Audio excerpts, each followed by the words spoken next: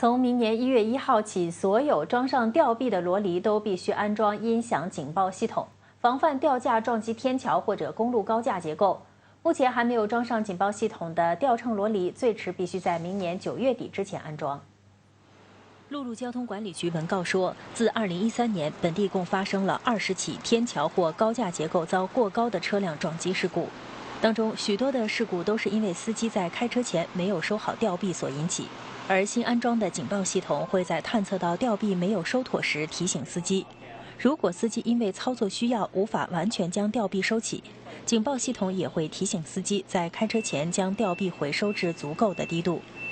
而为了进一步提升公路安全，当局也将在6个设有有盖连道的地点铺上路拱，以让车辆减速。